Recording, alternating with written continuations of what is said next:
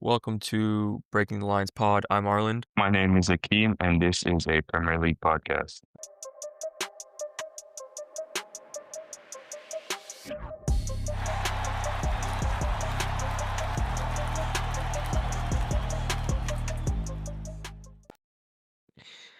All right, man. Match week 19, halfway through the season. How's it going, man? How are you doing? Bro, I've been better, as you know. Tragic news for us, but I'm here. I'm still here. Happy to be here and excited for this match week. Yeah, absolutely, man. Some crazy, crazy news. I mean, I remember I woke up and I saw that, and I think actually the night before I was reading some stuff about it on Twitter, and I didn't really believe any of it, to be honest. I just didn't see it happening, but I was like, whatever, I didn't even send it to you because I was like, this is probably just some of these rumors or whatever. And then sure enough, wake up in the morning and see that, and I was shocked. Yeah, it's a devastating news, bro. Honestly, feel like I'm gonna be like responsible and also accept the fact that we've started this spot and I've been I think for the most part positive and honest. I think always honest for sure, but for the most part like positive about the outcome of Chelsea and stuff because I had a positive feeling around Chelsea, etc. But I feel it also, I don't know, but I feel like most of our fans can relate when there's also like a numbness to this, at this point, since this takeover has happened. Like there was a positive feeling that we were finally kind of getting back. But then this news happened. But like I said, it's kind of a numb feeling, if that makes sense. Like I to the build up towards it, especially after the game before everything happened and the news came out. I felt the same way against after the Villa game. I was like, they're going to sack him and like try to kind of almost force the blame on him in a certain way, but still not change where the main problem is, and that exactly what happened pretty much in my opinion. So like I said, kind of a numbness to it, but I expected it, not expected it. Like it's not something that it's not affecting me as much as I think it's affecting other fans, in my opinion. Yeah, absolutely. I can and I can see that, right? I think it makes sense. You get to a certain point where you don't expect anything besides what you've been seeing. So I see that from the outside perspective, from a neutral perspective. I think Chelsea lost a great manager. I think wherever he'll go, I think he will succeed eventually, right? Given time. And I think I've sung his praises throughout the season too, in terms of, the way he's able to adapt to his opponents and whatnot. So, I think it's for the league, it's disappointing losing a great manager, but we'll see. I mean, um, He'll be back for sure. I 100% expect him to be back, like you said, and us as Chelsea fan knows that he will succeed wherever he goes. And honestly, I wish him the best wherever he goes. Honestly, even if it's in the Premier League, yeah, yeah, because he's a top manager. absolutely.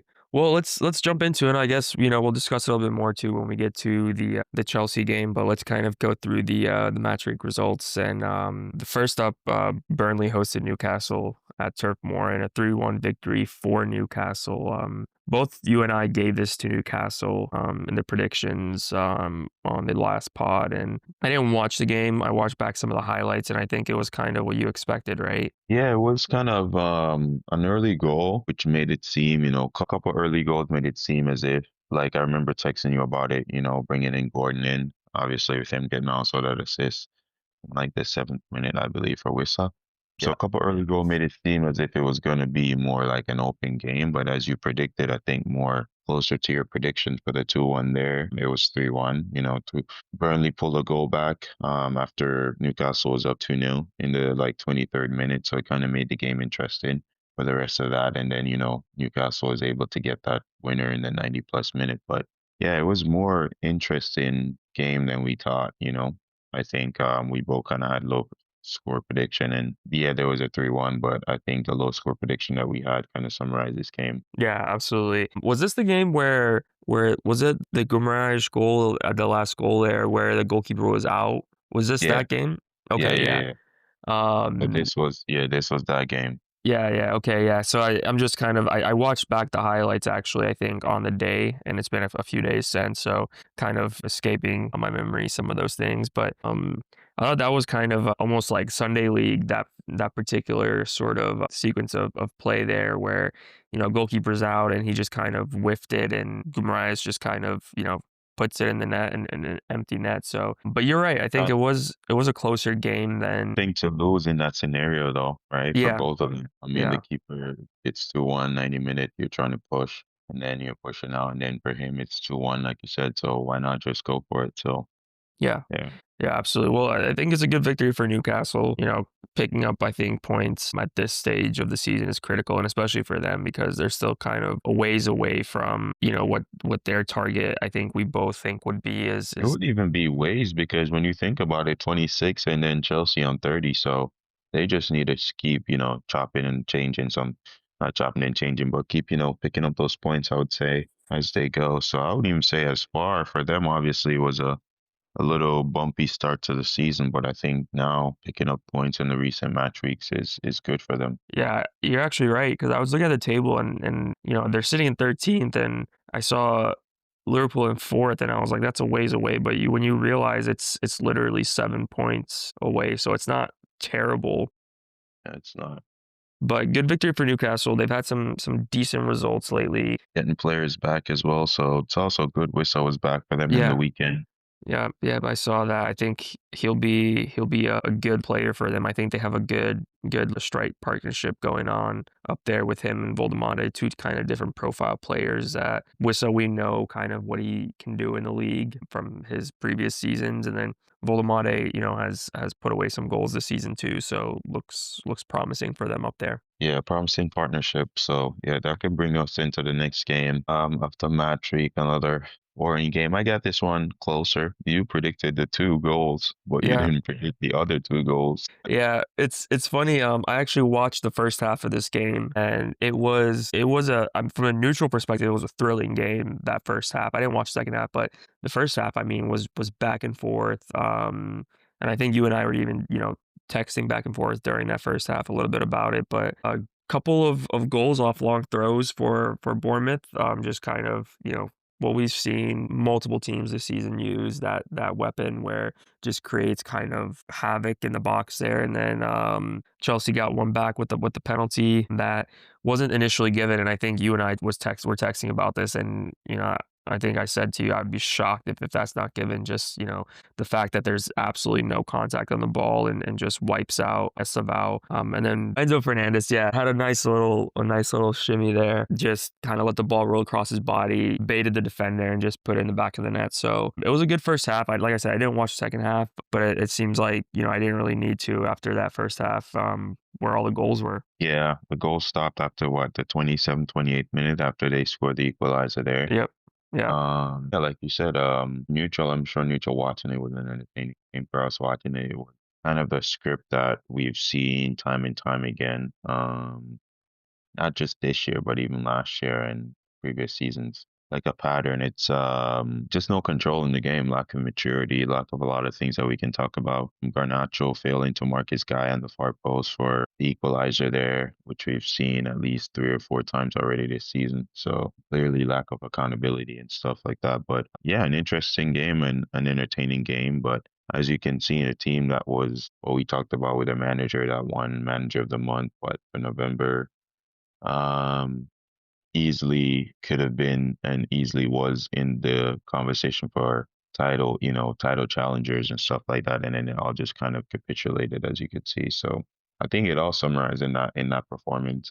Bournemouth going winless in 10, having the most shot that they've ever had, not just this season, but their entire time in the Premier League in the first half. Yeah, just kind of summarize where Chelsea is at the moment. So, like I said, I think it was close. I didn't get the second goals for both teams, but a 1-1 draw and prediction as I had kind of summarized, and it was exactly the game I expected. A Yeah. little bit more chaotic. Yeah.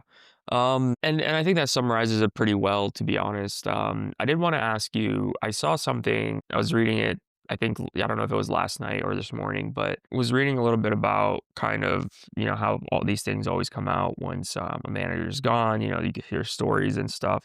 And I was hearing a story about Cole Palmer where, the ownership possibly might want to cash in on him. And like I said, again, I don't know how accurate that is or whatever, but what are your thoughts on that? I mean, what do you think that kind of does to the Chelsea project, right? Because I mean, for me, I think Cole Palmer is sort of like a player you build a team around. He's just incredibly, incredibly dangerous in my opinion in terms of passes that he can find and in and around the box, creating scoring opportunities for himself. So I was just curious to kind of see what your thoughts on that are if Chelsea does let somebody like him go. I mean, I'm gonna come from purely obviously we started this pod as former players. We never played professionally or anything, but for the love of the game and for the love of the Premier League and stuff, etc., and just love of football in general, we started this pod, right? So I'm gonna come from the perspective of just our perspective of playing and what it was like playing soccer growing up and etc. And I think to understand whether they cash in or not, I think even for Cole Palmer in his position that he's in right now, I think even Cole Palmer himself probably is considering his future. You know what I mean? Because I think you can, like you said, for the project, I think it just brings more question. You sign a manager that was supposed to be a long-term manager. Remember, we had Poch, we had Graham Potter before that was on a long term, didn't work out. You can put your hands up there and say, okay, you made a mistake, Poch the same thing there, even though he was on a short term contract. So when his firing happened, it made more sense. And then you brought in someone that was supposed to be more long term and as we've seen, 18 months into a 5-year contract, you fire that person. I think it brings question and answers. And I think, for top players like Cole Palmer themselves, whether they decide to cash in or not, because I believe, as you've seen for the model, their main objective is buying and selling and improving on those profits. Pretty much for them, I think for Cole Palmer and Caicedo's and players of that sort, if I was them, I'd purely for sure from sporting's perspective be looking at my future because you're gonna ask yourself, like you said, what is this project and what does it stand for? You can keep bringing in short-term managers, and as we've seen, I know you've seen the rumors. It's not going to be a top candidate. So whatever the case happens, there it's just going to be pretty much similar to what we've been going through. Enzo was, I think, as you know, in my opinion, rated very highly for me, and he did a phenomenal job in my opinion. So to find someone that is not proven to do a better job than Enzo, in my opinion, is going to be very difficult. Yeah, I think it brings more questions. So whether they cash in or not, because that's their model and that's what they want to believe in. I mean, Cole Palmer was in what you would call or consider in today's market a cheap buy. So if they can flip the profit and make a ton, I'm sure that's something that they'd look at. But yeah, if I was a Cole Palmer, I'd also be looking at my future because I want to win trophies and I want to be at a club that's stable. I want to be at a club that's challenging, that has a future, and that's bringing in top players, not just myself. So I think it makes it interesting. So yeah, let's see what happens in the future. Yeah, and I think that's a fair sort of assessment, to be honest, especially from Palmer's point of view, too. I think a lot of people kind of don't necessarily think about that when they look at things of this nature. One more question I have to ask you before we sort of continue down the line of games, but I know what's realistic and what's not. Who would be your, as a Chelsea fan, right? Who would be your replacement? Who would you be looking at to replace Enzo? If I'm being 100% honest with you right now, I'm so not in the moment or not even in the thinking of what's next. I honestly, I mean, but thought I know Liam Rossini, I believe, the Strasbourg manager, which is our club over there in France. He's the top candidate at the moment. But for me, like I said, I think it leaves a lot more questions than answers. So it doesn't matter who comes next, in my opinion. The club I've already given my opinion in terms of the squad and stuff. So I think it's still going to be the same thing. So I haven't even put thought to that, if that made sense, to be honest with you. I Yeah, just kind of and see what happens. yeah, that's fair. That's fair. All right. Well, we can kind of move on from the Chelsea game and sort of that whole situation that's surrounding them. And move into the next game that we have, which I think you and I both didn't necessarily expect it to go this way. I'm sure that we could have seen it going this way, but I think just based off of recent performances, I think we thought Forrest would put up more of a fight in this game. Everton coming away with a 2-0 victory to Forest, but I You watched back both the put 2-1, mate. What? Yeah. What were we thinking? Yeah, Yeah. Yeah, who I are mean, these people? um, I watched back the highlights of this, and it seems like James Garner had a brilliant game. I mean, he had a goal and an assist in the game, and sure enough, after the game, I was reading, was reading some rumors online where, reports linking him back to, Manchester United, where I think he came from their academy, so I thought that was, a little comical, but, I think it's a brilliant victory for Everton. Yeah, but it's always like that. At our club, at Chelsea, at your club, it's always we all have it. We have the Lukaku for Chelsea.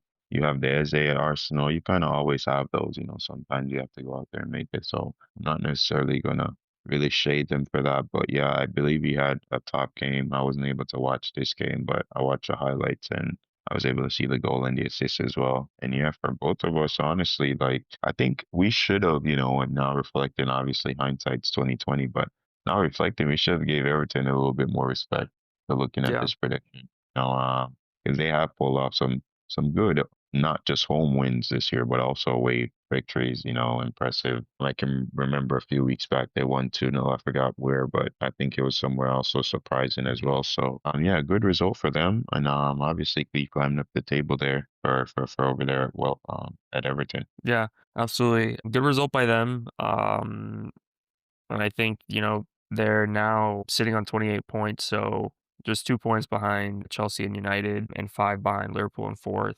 Not that I expect them to kind of finish in the top 4, but, just kind of showing some context in terms of how good of a season they've had under David Moyes. Seem to be getting back. I mean, Everton in the last couple of years have been in a relegation dogfight, so it's definitely progress for them. But that can take us into the next game, the West Ham Brighton game. Another game I think you and I didn't necessarily expect a the result to end in a 2-2 draw for the team. Looking at that, I was kind of looking at the scores as I was watching, I believe the Chelsea first half and then the Arsenal game, and I was shocked when I saw West Ham up um 1-0, and then it was 1-1, and then they went up 2-1, and I was like, what is going on? I expected Brighton to kind of not necessarily have an easy game, but definitely win that game. And I think Danny Welbeck also missed a penalty, scored a penalty, and then missed one in this game too. But I think a good point for West Ham overall. Yeah, obviously a great point. They'll feel a little bit hard done by, like you said, because they went up not just once but twice in this game. So a little bit, especially for Nuno not holding on to the lead. But yeah, for me, a little bit, like we said, I did not expect this. It's not like the Forest Everton game where I can put a little bit more respect on Everton's name. I just didn't expect this at all. In general, I had Verbruggen in my fantasy team, expected a clean sheet at least. I don't know if I expected lots of goals at the other end, but I expected Brighton to have a clean sheet at least, I guess, going into this games. Yeah, I mean, good for West Ham. Obviously, picking up a point. They'd feel a little bit, like I said, hard done by not picking up all 3 points, but a good performance for them on the day and slowly but surely picking up, improving. So I think it'll be tough between them and obviously Forest and Leeds down there at the bottom, depending on how the rest of the season goes. Yeah, I think it's gonna be an interesting relegation race. I mean, obviously we'll get to kind of some of the other teams down there down the line, but just looking at the table down there, and I mean, it's not like relatively close in terms of 1, 2 points, but like we've said multiple times, I mean, the runs that teams go on in the Premier League, whether they're good or bad, they're inevitable throughout a season. So it's gonna be interesting to see kind of how that shapes, maybe in like 5, 5, 7, 8 games down the line. My eyes are down there, just kind of looking and seeing what's going on. But that takes us into the game at the Emirates, Arsenal and Aston Villa, and Arsenal coming away with a 4-1 victory. Did you I get a chance told to you. watch this one? I did. Of course, I watch a game because I told you. You were like, I don't know. It's gonna be a close game, mate. I watch the Premier League every day. I don't be making these. Hey, I do make some horrendous predictions. Don't get me wrong. But I just felt like if Arsenal was on it that day, that they would put some separation between them because I've seen enough of Villa. So yeah, it was a great performance. And Arsenal obviously started a lot tighter, so we're not gonna act as if the whole game was like that, but.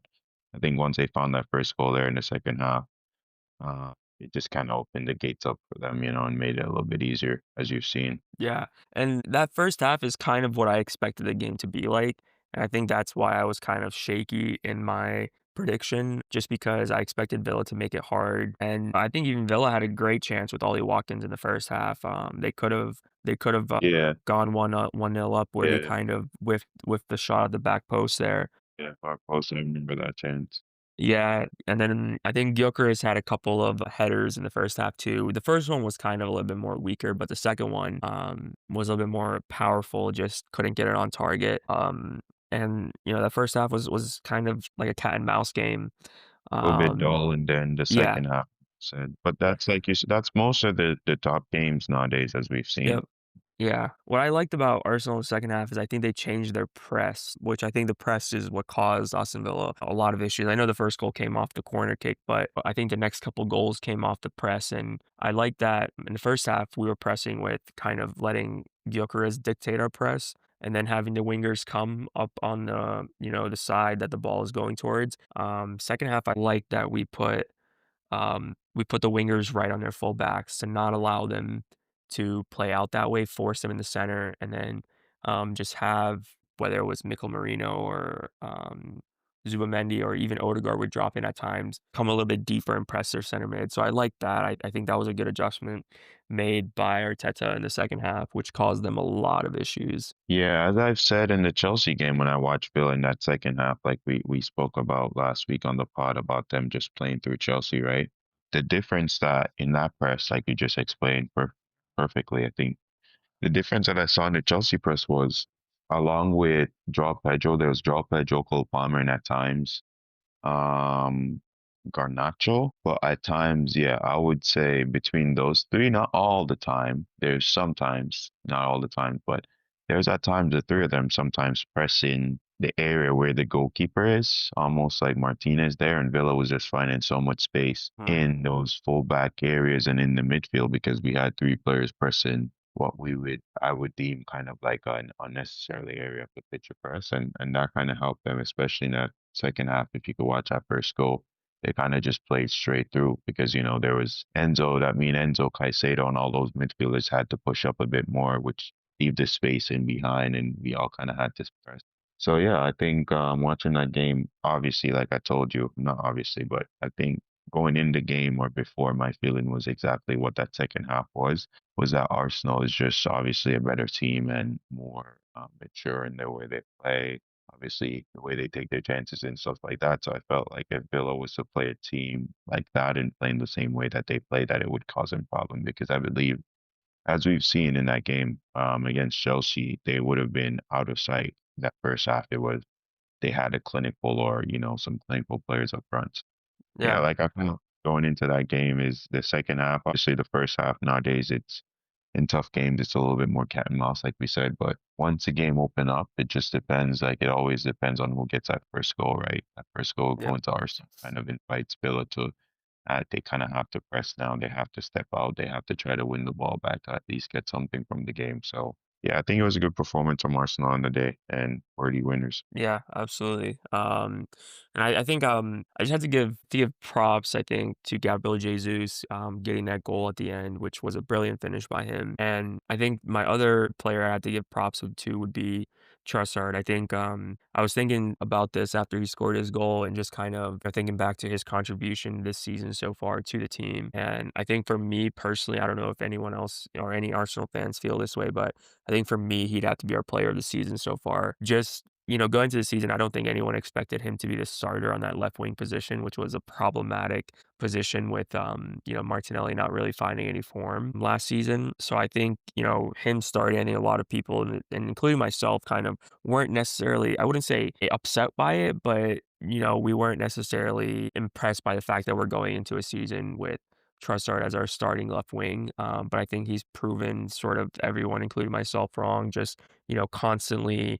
Um, you know, pressing away, constantly dribbling at defenders, creating opportunities, crosses, and scoring a couple goals here and there. And I think just his mentality too. I mean, I think after one of the goals, I don't know if it was the fourth goal, but he's the one kind of going to the players and just telling them we have to keep going, we have to keep pressing, and whatever it may be. So I think I have to give him his flowers. I think he deserves them. And for me, so far, I think definitely player of the season for Arsenal, in my opinion. Not Declan Rice. I mean, like I said, it's difficult because we've had so many good contributions by players, but I think it's a good thing that you mentioned Declan Rice too, because I was watching this game and in the first half, I was kind of saying to myself, we're missing Deck a lot here. And sure enough, in the second half, we find a way to do it without him, which I think was important for the team. Just to be able to kind of command a midfield without Declan Rice, I think, is probably one of the best in the world at what he does. I don't know. I still have to give it to Trossard just with the goal contributions. I think Declan Rice would be probably my second player, not far behind him. But good point. Hey, you're the Arsenal fan, so I was Yeah, just asking, so I got you. yeah.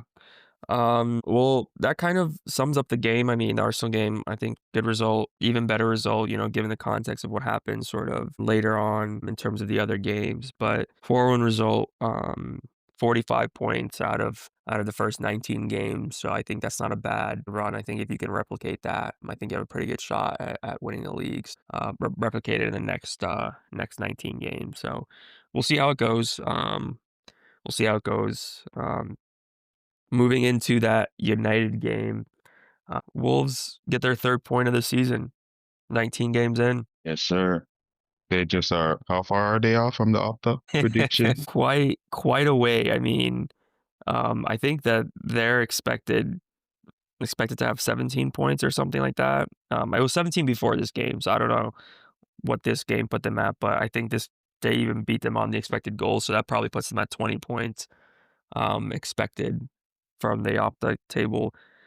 But their first point since October 5th, what a result for them, and I think what a disappointing result for United given the context of what happened this week. And I mean, could have gone a point behind Liverpool in 4th and 2 points in front of Chelsea. Yeah. Overall, I think just a disappointing game, honestly. I was able to watch obviously most of this game. I turned it off, I believe, midway through the second half. I had to go. But yeah, just a disappointing performance from United as well. I believe I watch United and just even Cunha, right? Up front, I believe just some of those attacking players, just you'd expect a little bit more from them at this point. And yeah, just not the United. I mean, the change in shape is kind of helping, and you can kind of see at least he's trying something different. But I think overall, to kind of similar to Chelsea, just some of those players are just not able to perform at a higher level. Yeah. Yeah, and I think I felt a little sorry for Steshko in this game because I think he had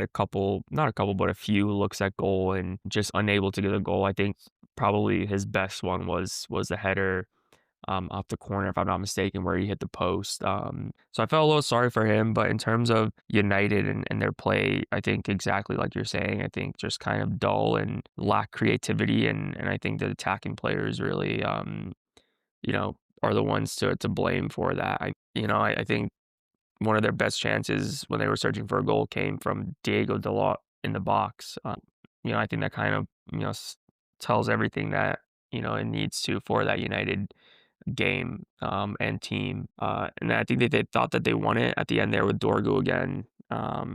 Obviously the offside goal, but overall I think it was a fair result. I don't think United deserved to win the game. I think you could have an argument that Wolves even played better than they did. Yeah, and I mean, we have to, not that we haven't been saying it, but Wolves have been a lot more difficult. I know they've still been losing, but they've been making it difficult. You've had the recent experience, and we've had it, at Chelsea as well. Other teams in the recent weeks, they've made it a lot more difficult. So, we have to give credit there. But like you said, just lack of quality from United point of view, not something new to them that we've kind of seen over and over. Yeah, absolutely. All right, well, I think that kind of rounds it up for 2025. January 1st, New Year 2026, and a very dull and even start to the Premier League for 2026. Hopefully, the rest of it's not like this. But first up, Pals Fulham, 1-1 draw, and kind of, I mean, I don't even know what we predicted for this. I think I actually predicted a 0-0 for this game, which is funny because this was the only game that was a draw, but also had goals in it that day. Hey, I got it right, man. Yep, you got it spot on. One.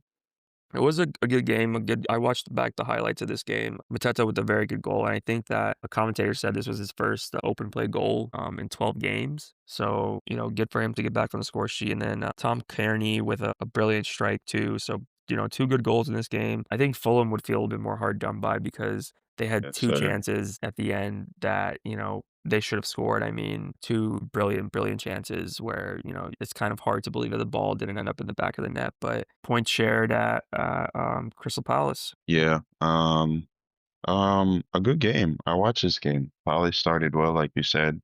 A great header from Mateta there, a good crossing from who's that fullback again? I feel like he's in and out of the team. He's not in it as much, but he had a great performance that day. Yeah, I think it was I remember he was number 17 from the highlights. I don't remember who it was.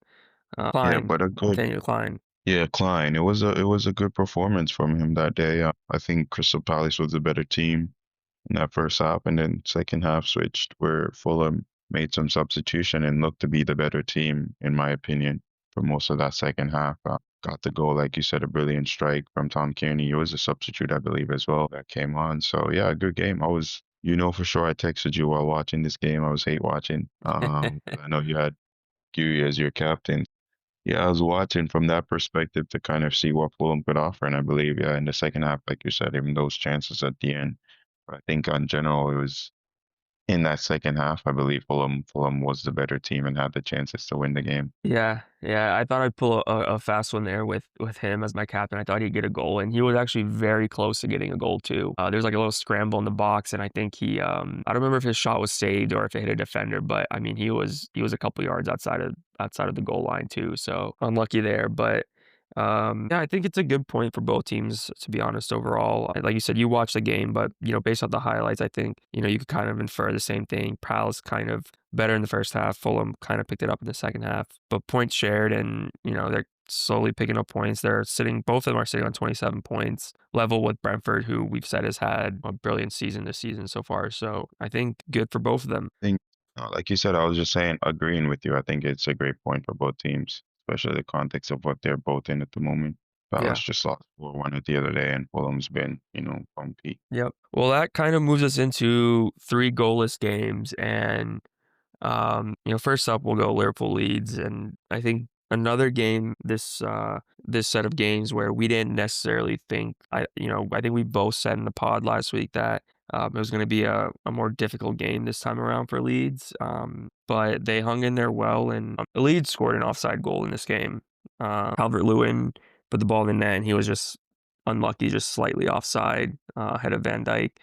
But I watched the first half of this game, and then I watched back the highlights after, and I was kind of disappointed in Liverpool's ability to create clear-cut chances in this game. Yeah, I wasn't able to watch this game. Sorry, I was able to just catch the highlights, but nothing surprising, right? I mean, even they were creating the last time when they met, it was 3-3, and they created a couple of chances and scored some goals. But I think it's kind of been that season for Liverpool, right? It's been up and down. One of the main bright sparks that we've had for them going forward is Ekitike. So in this game, when he's quiet, most of those attacks, as we can see, can be a little bit quiet. So yeah, I don't think it was anything, unusual. I think it was more, Leeds obviously also make it along with Sunderland is very, very good physical defensive team. So I think for any team they could struggle playing against Leeds on the day that they get it right defensively. So it's more one of those games, obviously a little bit struggling for Liverpool, but if you can't win the game for them, I think, you don't lose it and a clean sheet, they'll take that. So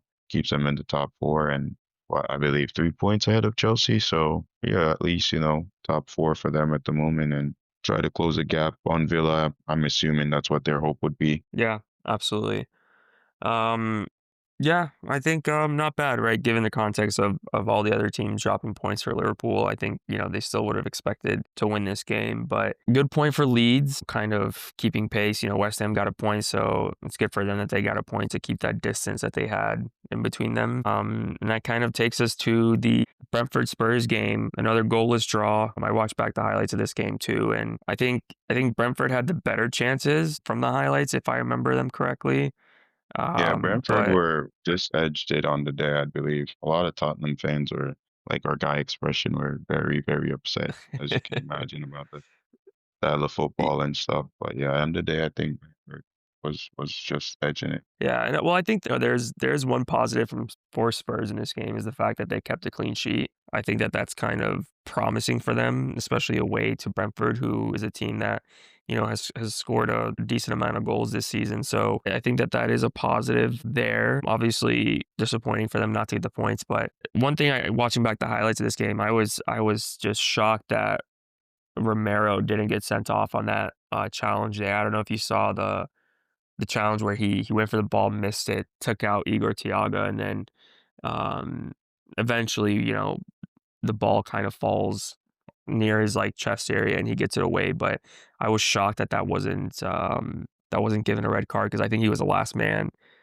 It wasn't even deemed a foul, so I was kind of shocked by that. But other than that, I think probably a fair result given the context of I think both teams had chances, but I would say Brentford's slightly better. But you could call it fair. Yeah, I missed that tackle actually. I wasn't able to see that, so I'm gonna have to do some research and see that. But it's gonna be interesting, especially when we're getting yellow cards for lesser talents and that. So Yeah, yeah, absolutely. I wasn't able to see that, but yeah, I think on the day, and not just even on the day, but Brentford's been having, obviously been up on the up this season and been playing some good stuff, getting some good results. And Tottenham are on the opposite side. They want a more expensive brand of football, and Frank is obviously struggling with that at the moment. So it's going to be interesting to see because especially when we saw what just happened with Enzo at Chelsea, it'd be interesting to see how many other clubs are going to follow as the season go along if they don't get the result or the style of football that they want. Yeah, absolutely. Well, that kind of takes us into the last game, which was another nil-nil draw. And I think you and I predicted this 2-1, two opposite ways, and it ended up being a nil-nil draw, which just kind of, I think, just shows you how our predictions went this week. I think you were the only one that had the one that was spot on, correct, the 1-1. Yeah. Um, but I watched back Oh, the highlights of this game.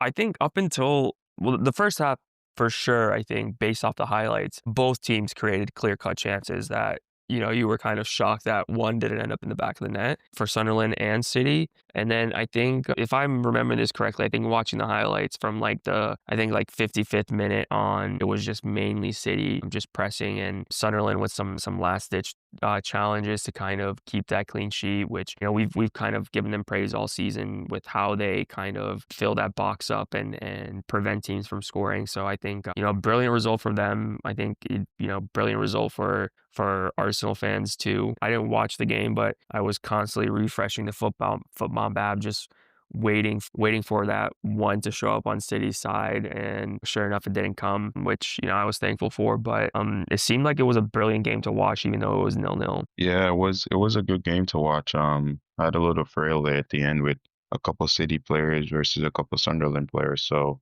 it was a tight game and it meant a lot for City. But like you said, in the first half, it was a lot more open than the second half. But like we expected, for Sunderland, if they're not going to win the game, obviously they're going to make it very difficult for you to score against them. And they've been having a spectacular season so far. So for them, I mean, when you can points above City, obviously, as they've done well some of the other big teams. It's a good thing for them. So especially at their home ground, I'm sure the fans are buzzing at the moment for that result. So yeah, it was a good game first half and more open second half as you expected. City change a bit and they were more in control, but just couldn't find that goal because Sunderland made it very robust to kind of find a space back there. So yeah. Yeah.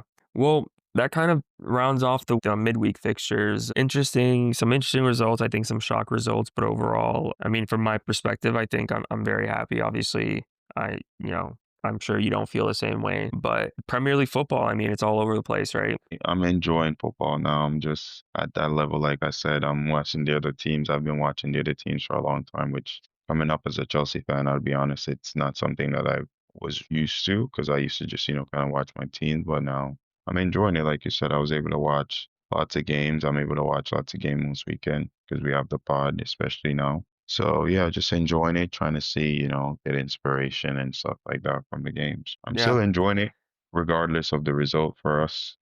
So yeah, it'd be interesting to see the title race of the season closes. Yeah, absolutely. Well, before we jump into predictions, we have to give the team of the week. I feel like we should probably give it to Arsenal, but you have any quarrels with that? Yeah, I would say Arsenal for sure, honestly, given the context of where Villa is and stuff. Yeah. The other Yeah. result, I think we've always been fair. So Arsenal, yeah, I think evidently, especially with the other results, like we said, and it's Villa, it's not against a Wolves or a team that's in the bottom Yeah. half, not against big Wolves. It's against a team that I believe, could they have gone level on points with you if they've beaten you guys? Yeah. Yeah. Yeah, so absolutely Arsenal. Yeah. And I think, the fact that they ended that Villa run, which I think was like 12 games or something, or 11 games, whatever it was, I think that's you know, impressive too as well. But we can jump into the predictions, which I'm sure games are going to go completely opposite way, but we're going to do it anyways, right? But Villa Forest first game, Saturday morning, early game, early kickoff. What are you thinking? Villa Forest at the Villa. I'm gonna go 3-1 Villa here. 3-1 Villa? I'm gonna change it. I'm gonna go, yeah, 3-2 Villa. All right. I'm actually going to go for a draw. I'm going to go for a 2-2 draw here. I think Forest have to kind of, I know they're away, but I think they have to kind of show a little bit more fight after that Everton result. I think Sean Dyche is probably beating those players in training as we're recording this. Brighton Burnley. This is an interesting one. I think obviously first instinct is to give it to Brighton, but Burnley's been putting up fights in games recently. What are you thinking? Yeah, this is gonna be interesting. I don't think it's gonna be so straightforward as we've seen because we did that for West Ham with Brighton last weekend. We saw, so I'm gonna go here. I'm gonna go for a 1-1. All right. I like that. I'm still gonna give it to to Brighton, but I'm gonna go 2-1 Brighton. Wolves West Ham. What are you thinking? This one is interesting. I just saw. I don't know where to go on this one. No, Wolves has been making it more difficult. West Ham definitely needs a point, so I'm gonna go edge it just West Ham win. I'll go 2-1 West Ham. All right. I'm gonna copy your result, but I'm gonna go the other way. I'm gonna go 2-1 Wolves. It's not the first time I've given them their first victory of the season. Doubling their points in match week 20 Next up, Bournemouth Arsenal. What are you thinking on this one? at Bournemouth. I think this will be interesting. I'm gonna go on Arsenal. All right. So it's interesting you say that because before we did the predictions, I was writing them down in my notebook and I was kind of just thinking about them, what I would do. And I was going to do this one 3-1 as well for Arsenal. So I'm going to stick with that and copy you on that. Leeds United. This is an interesting game. I think a tough one to predict. Yeah, Leeds is gonna make it difficult. Yeah, I believe. I'll go shock of the week 3-1 Leeds. All right. I like that. I was actually thinking 2-1 Leeds, but I like 3-1 too. I did just bring Calvert-Lewin in, so hat trick Calvert-Lewin, I hope. Everton Brentford. This is a tough game. I think this is probably one of the toughest games, if not the toughest game of this weekend to predict. Both teams kind of doing well this season, had some good results. I'll give you this one first since you've given them all to me first this so far. That's a tough one, man. I'm gonna go. I want to go 2-2, but I'm going to give it to Everton because I think we didn't show them enough respect this past weekend this past week with the prediction. So I'm going to go 2-1 Everton. I'm gonna go 2-0 Everton. All right. Fulham Liverpool, interesting one as well. You think Liverpool get the victory here? I'm gonna go 3-1 Liverpool. All right. I'm going to go 2-0 Liverpool. I honestly was going to go 1-0, but you put high score in, so I feel like you might know something I don't. So I'm going to go 2-0. I'm trying to see what these scores will be this week. Newcastle Palace, another good game. I think Newcastle edges. I think they edge it probably. I want to say 2-0. Okay. I think it'll be an interesting game. I think Palace will make it difficult. Obviously, not the best run of form lately, but with that they getting the goal. I'm gonna go 2-2. All right, I like that. Spurs Sunderland. What are you thinking? Spurs have not been good at home. 2-1 Sunderland. I like that result. I was actually thinking that as well, but I'm going to go even further. I'm going to make it 2-0 Sunderland with a disallowed Richarlison goal. All right, I think the big one, City Chelsea. Tough one. I think with everything going on at Chelsea at the moment, I'm gonna go 3-1 City. 3-1 City. I think it's very possible. We still don't know who Chelsea's manager is going to be in this game. And I don't know. I don't think that they'll be appointed a manager yet. It could happen, but I don't know. I agree with you. I think City probably edged Chelsea just with everything going on. Chelsea, I don't know. It's tough, man. I don't know what to do. I'm going to go 2-0 City. Yeah, I think that's also fair. I don't want to go 2-0 City, but I'm going to go 2-0 City. Title race will be interesting, man. Yeah, very interesting. All right, well, that rounds off match week 19 and match week 20 predictions. The season's moving, man. Season's going quick, I feel like. The season's picking up, man. Match week 20 already.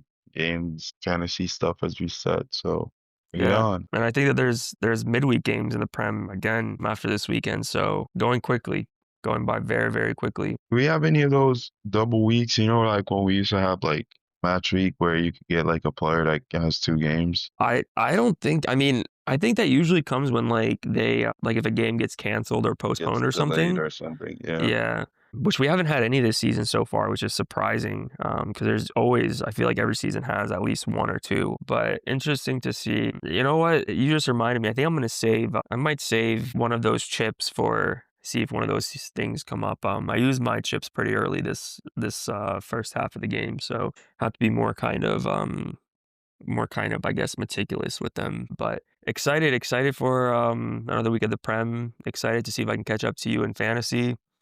Um, Hopefully not. that's kind